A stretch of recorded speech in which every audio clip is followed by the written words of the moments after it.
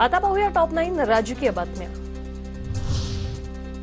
भगवी टोपी घालणाऱ्या महाराजांनी इतर समाजाबद्दल विषारी वक्तव्य करणं हे अनुचित, सामाजिक ऐक्याला धक्का बसेल अशी वक्तव्य अयोग्य, शरद पवारांचं विधान। जे कोणी महाराज आहेत भगवी टोपी घालणारे असं असताना अन्य समाजाच्या संबंधी असं विषारी वक्तव्य करणं हे अत्यंत अनुचित आहे। शरद पवारांनी कधीतरी हिंदूंची बाजूही लावून धरावी। गणपती मिरवणुकीत मूर्तींची विटंबना झाली तेव्हा पवार कुठे होते? नितेश राणेंची टीका। पवार साहेबांनी कधीतरी हिंदूंची बाजू पण लावून धरावी। गणपती बाप्पाच्या मिरवणुकीवर जेव्हा दगडे मारली गेली तेव्हा पण अगर आदरणीय पवार साहेबांनी त्याच्यावर साधा निषेध व्यक्त केला असता तर हिंदू समाजाला निश्चित पद्धतीने बरं वाटलं असतं। आमदारकीला उभं राहण्यासाठी जलील यांची राजकीय रॅली। रामगिरी महाराजांची इम्तियाज जलील यांच्या रॅलीवर टीका। जलील यांच्या रॅलीला भीक घालत नाही, हिंदू पण मुंबईत जमू शकतात। जलील यांच्या तिरंगा संविधान रॅलीनंतर नितेश राणेंचा इशारा। तर आमदारकीला उभं राहण्यासाठी जलील यांची राजकीय रॅली। रामगिरी महाराजांची इम्तियाज जलील यांच्या रॅलीवर टीका।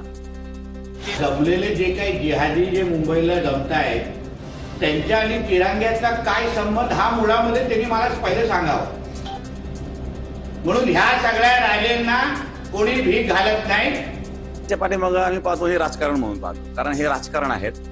त्यांना आता आमदारकीला उभं राहायचंय, खासदारकीला पडले आणि मग काहीतरी लोकांमध्ये संभ्रम निर्माण करायचा, कारण असं काही नाहीये। हे जे करतायत ते चुकीचं करतात। इम्तियाज जलील यांची छत्रपती संभाजीनगर ते मुंबई तिरंगा संविधान रॅली। मोहम्मद पैगंबरांवरील वक्तव्यानंतर जलील आक्रमक। रामगिरी महाराज आणि नितेश राणेंना अटक करण्याची मागणी।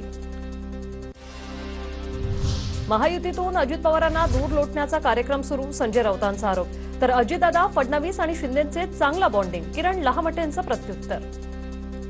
असं काहीच होत नाहीये। आदरणीय देवेंद्रजी फडणवीस असतील, आदरणीय मुख्यमंत्री एकनाथजी शिंदे असतील आणि आदरणीय अजितदादा यांचं खूप चांगलं बाइंडिंग आहे, खूप जोरात काम चालू आहे। अजित पवारांना महायुतीतून बाहेर काढलं जाणार या कपोल कल्पित बातम्या। भाजप नेते आशिष शेलार यांचं स्पष्टीकरण। कपोल कल्पित बातमी आहे। आमच्या तिघांचा सामना करण्याची ताकद आता महाराष्ट्र विकास आघाडी हरवून बसली आणि म्हणून राजकीय षडयंत्र, खोट्या बातम्यांचं हे पसरवलं जातंय जाणून बुजून। तुम्हाला मंत्रिपद मिळालं तर मी राजीनामा देईन। मला मंत्रिपद मिळताना आमदारांकडून धमकी, त्यांनाच आता सिडकोचं अध्यक्षपद। संजय शिरसाट यांचं नाव न घेता गोगावलेंचा गौप्यस्फोट।